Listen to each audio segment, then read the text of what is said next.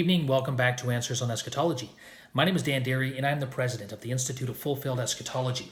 Hey, I want to share some more thoughts with you regarding the phrase "this generation" in Matthew 24:34. Now, if you recall from the previous video, we emphasized the fact that this generation is eschatological, and it had its source and its foundation in the Old Testament prophecies, and it regarded and it concerned Israel's second Exodus. Now, if you recall, we looked at Numbers chapter 32, and Jehovah warned Israel that if they would once again reject his inheritance, if they would turn back from following him like their fathers had done in that first Exodus, that generation that did that would perish once again in the wilderness. And we know that was prophetic because that generation who he warned, they entered in Canaan. They entered into the land. They inherited their promise. But those promises were only typological. They only pointed forward to the true inheritance that would be received through the true and spiritual Exodus. And the point is this. The warning is this.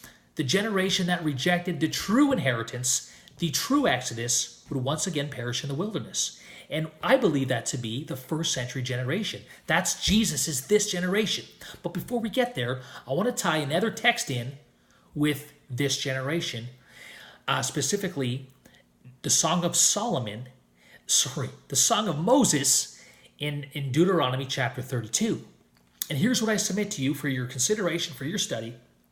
I submit that the generation that Moses prophesies to come in Israel's latter end, in their last days, the generation that would become utterly corrupt and would be judged in the vengeance of God, was the same generation that Moses prophesied and warned about in Numbers 32 that would once again perish in the wilderness for the rejection of the second Exodus. So let's do this. Let's go through the Song of Moses. We're just going to hit a couple highlights and look at this usage of generation concerning Israel's last days.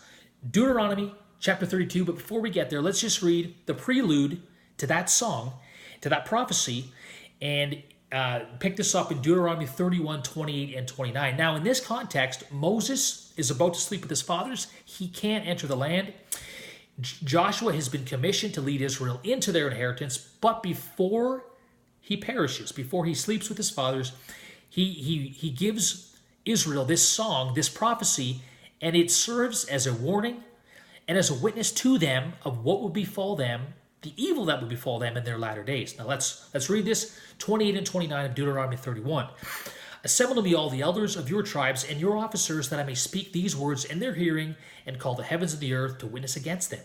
For I know that after my death you will act corruptly and turn from the way which I have commanded you, and evil will befall you in the latter days. So this prophecy of Moses in Deuteronomy 32, known as the Song of Moses, is a projected prophecy regarding the evil that would befall Israel in her last days. Deuteronomy 32, for the sake of time, let's just read verse 5 and we'll go on. They, who's they? That is Israel, that is last days Israel.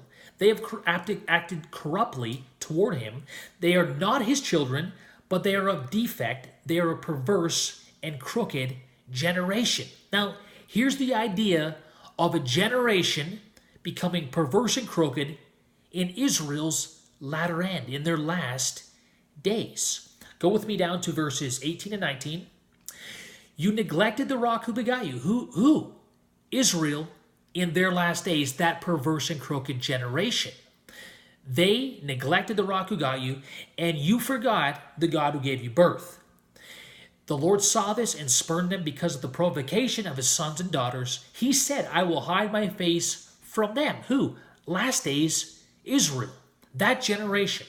I will see what their end will be. See, their end is the generation in Israel's last days who becomes perverse. I will see what their end will be, for they are a perverse generation, sons in whom is no faithfulness. So he's talking about a specific generation that would arise in Israel's last days. And this is the evil that would befall that generation.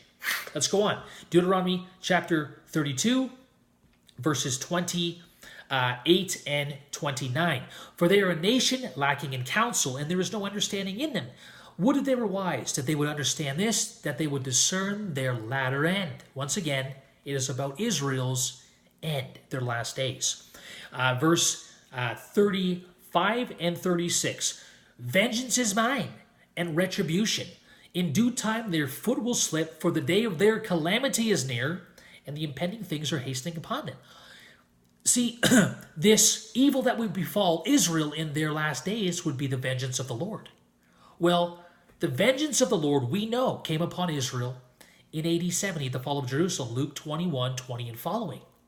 See how this last days of Israel is projected into Jesus' generation, which, by the way, was the last days. Vengeance is mine and retribution in due time. Well, what time was the due time? In Israel's last days. In due time their foot will slip, for the day of their calamity is near, and the impending things are hastening upon them. Once again, that day of calamity, is that not the great tribulation that would come upon that generation? Matthew 24, 21. Verse 36, for the Lord will vindicate his people. See, this vengeance upon Israel in her last days would be the vindication of his people. And have compassion on his servants when he sees that their strength is gone and there's none remaining bond or free. Let's just jump down for the sake of time. Deuteronomy 32, 41 to 43. If I sharpen my flashing sword, and if my hand takes hold on justice, I will render vengeance on my adversaries. See, Israel, the generation, the crooked and perverse generation, they have become his adversaries, and he would take vengeance upon them. And here's why. I will take vengeance on my adversaries. I will repay those who hate me.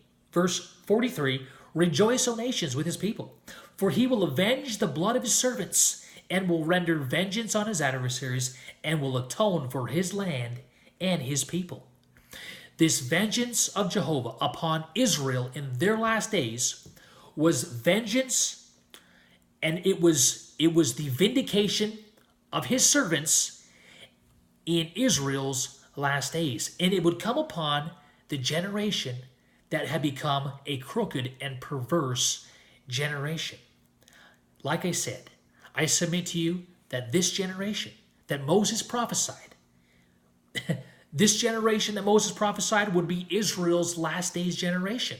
And I submit that that is the same generation of Numbers 32 that would reject their inheritance, that would once again refuse to follow Jehovah into their promises, and as a result, they would perish in the wilderness a second time.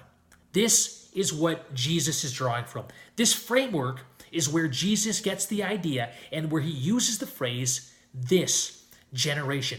Listen, Jesus is living in Israel's last days. Jesus calls his generation a crooked and perverse generation. Sound like Moses? Yep. And guess what? Jesus offered them their true exodus. He offered them their true inheritance. And because of that rejection, that last days generation of Israel, who would become crooked and perverse, would once again perish in the wilderness. That's the significance of this generation. It has nothing to do with a generation out in front of us, separated from Israel's last days and Israel's second exodus.